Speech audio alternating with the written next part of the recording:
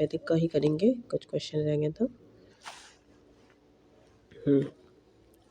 आध्यात्मिक ज्ञान के विषय में नचिकेता यम का संवाद किस उपनिषद में है? कठोपनिषद।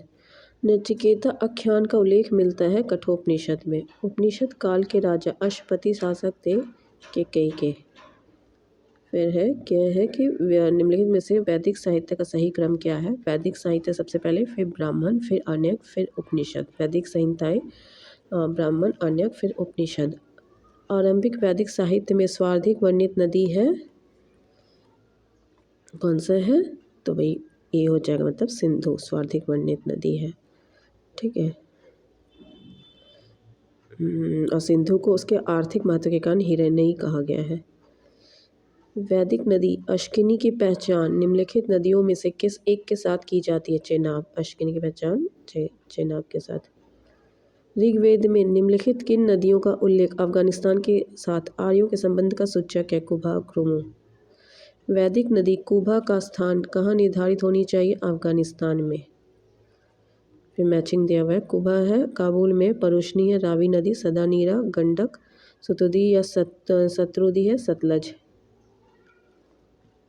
कौन सी प्रथा चतुष्ट वेदाकर काल में, वेदोत्तर काल में प्रचलित थी? कौन सी प्रथा? धर्म, अर्थ, काम और मोक्ष, ब्रह्मचार्य, गृहस्थ आश्रम, वानप्रस्थ और संन्यास। फिर एक है धर्म व्रत भारत की प्राचीन वैदिक सभ्यताओं के एक केंद्रीय विचार को चित्रित करते हैं। इस संदर्भ में निम्नलिखित कथनों पर विचार कीजिए। धर्म व्यक्ति के दायित्व और दूसरों व्यक्तियों के प्रति व्यक्तिगत कर्तव्य की कल्पना करते हैं।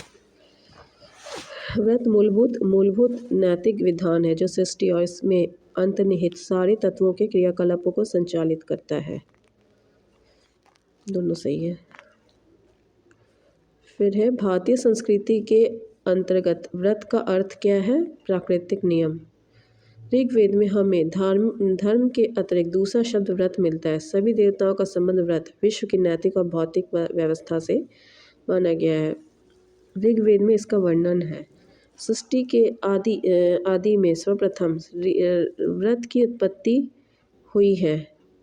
व्रत के द्वारा विश्व में सुव्यवस्था और प्रतिष्ठा स्थापित होगी। यह विश्व की व्यवस्था का नियामक है।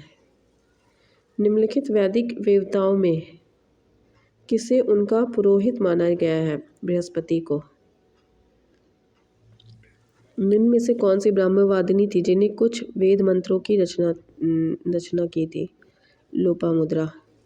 ऋग्वेदिक काल में निष्क शब्द का प्रयोग एक आभूषण के होता था, किंतु परवर्ती काल में इसका प्रयोग एक सिक्का के रूप में। ऋग्वेदिक काल में निष्क किस अंग का आभूषण था? गला का। प्राचीन काल में निशाका जाने जाते थे स्वर्णाभूषण। बोगज कोई महत्वपूर्ण है क्योंकि यहाँ से प्राप्त अभिलेखों में वैदिक देवी देवताओं का नामोल्लेख मिलता है। निम्नलिखित अभिलेखों में से कौन सा ईरान से भारत में आर्यों के आने की सूचना देता है? बोगज कोई।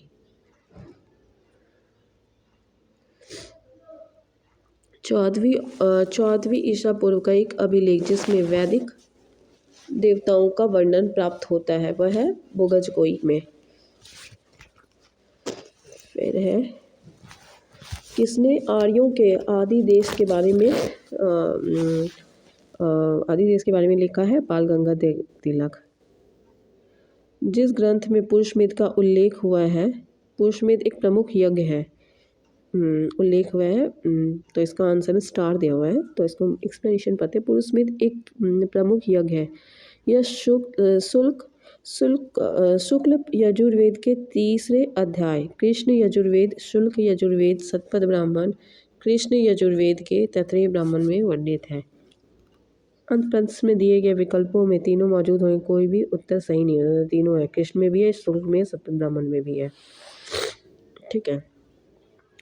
फिर है शतपथ ब्राह्मण में उल्लेखित राजा विदेह माधव से संबंधित ऋषि थे? गौतम ऋषि, राहुगण। गौतम ऋषि, राहुगण। राजा विदेह माधव से संबंधित ऋषि थे। उत्तर वैदिक काल में निम्न किनको आर्य संस्कृति का धूर समझा जाता था? कुरु और पंचाल को। गोत्र शब्द का प्रयोग सर्वप्रथम हुआ था ऋग्वेद में। पूर्व वैदिक आर्यों का धर्म प्रमुखता था प्राकृतिक पूजा और यज्ञ में। ऋग्वेद काल में जनता निम्न में से किसमें विश्वास करती थी? बलि और कर्म कांड में। प्रसिद्ध 10 राजाओं का युद्ध किस नदी के तट पर लड़ा गया था? परोशनी नदी। फिर ऋग्वेद में उल्लेखित प्रसिद्ध 10 राजाओं का युद्ध परोशनी नदी पे। इनमें किस नदी को ऋग्वेद में मातृतेमा, देवीताना और नदीतामा संबोधित किया गया? सरस्वती। उस जाति का नाम बताए जो ऋग्वेदी आर्यों के पंचजन से संबंधित था। ठीक है, ऋग्वेदिक आर्यों के पंचजनों में कौन कौन आते थे? यदु, दुहस्तु, पुरु, अनु, त्रुवसु शामिल थे। कीकट इनसे संबंधित नहीं था। प्राचीन काल में आर्यों के जीविकोपार्जन का प्रमुख साधन क्या था? कृषि था। ऋग्वेद में निम्नलिखित यौ किसी के उत्पाद के लिए प्रयुक्त होता है? जौ के लिए। ऋग्वेदिक पनी किस वर्ग के नागरिक थे? व्यापारी। ऋग्वेद में प्रचलित लोकप्रिय शासन प्रणाली थी वंश परंपरागत राजतंत्र। वैदिक युगीन सभा थी मंत्री परिषद थी। किस वेद में सभा समिति को प्रजापति दो पितृयों कहा गया है? अथर्ववेद में पितृ कहा गया है। फिर ऋग्वेदिक जन सभा जो न्यायिक कार्यों से संबंधित थी वह सभा। फिर आयुर्वेद अर्थात जीवन का विज्ञान का उल्लेख सर्वप्रथम मिलता है अथर्ववेद में। ऋग्वैदिक धर्म था बहुदेववादी। स्वार्थिक ऋग्वैदिक सूक्त समर्पित है इंद्र को। किसे ऋग्वेद में युद्ध देवता समझा जाता है? युद्ध देवता किसको समझा जाता है? इंद्र को है। ऋग्वेद में स्वार्थिक संख्या में मंत्र संबंधित है अग्नि से। निम्नलिखित में से किसे पूर्व वैदिक आर्यों का स्वार्थिक लोकप्रिय देवता? इंद्र है। स्टेट में क्या क्या सही है? क्या होता है? वैदिक देवता इंद्र के विषय में सही क्या है? झंझावात के देवता, वर्षा के देवता।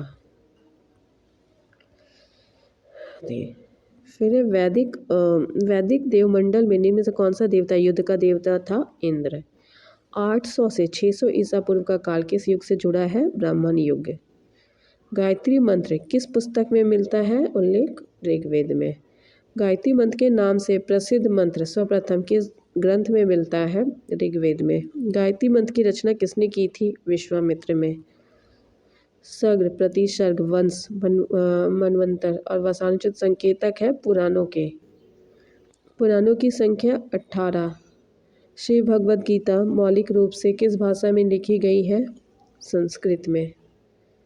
महाभारत मूलतः किस रूप में जानी जाती है? जय संहिता।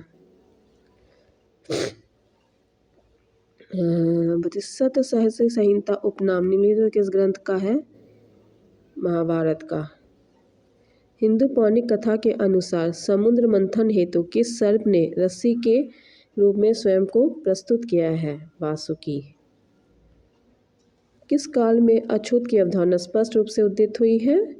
धर्मशास्त्र के समय में। सत्यमेव जयते शब्द किस उपनिषद से लिए गए हैं? मुंडकोपनिषद।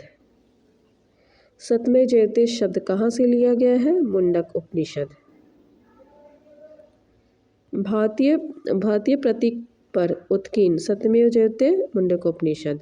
यही सेम है। तमसो मा ज्योतिर्गमय उपनिषद का है। किस उपनिषद का शाब्दिक अर्थ सफ़ेद घोड़ा है?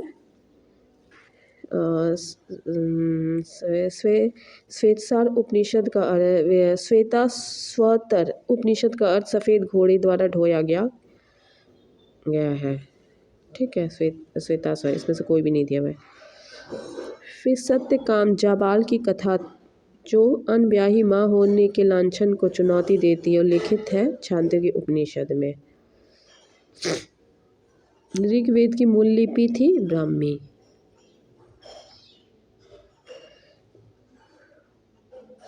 वैदिक काम कांड में होता था होता का संबंध ऋग्वेद से।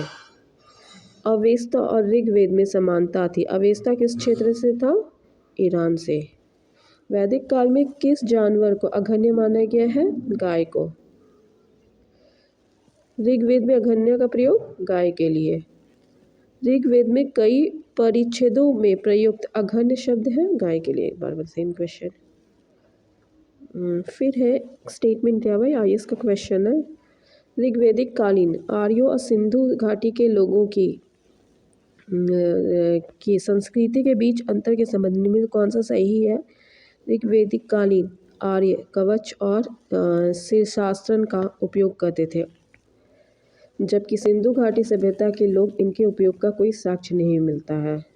कवच और शीर्षास्त्र हेलमेट का प्रयोग करते थे, तो कुछ नहीं मिलता है क्योंकि वो लड़ाई नहीं लड़ते थे। ऋग्वैदिक काल के प्रारंभ में निम्न में से किसे महत्वपूर्ण मूल्यवान संपत्ति समझा गया है? तो गाय को।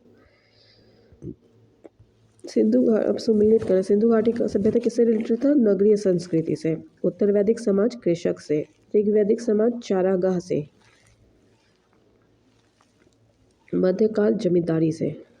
प्राचीन भारतीय समाज के प्रसंग में निम्नलिखित शब्दों में से कौन सा शब्द शेष 3 के वर्ग नहीं है? कोश।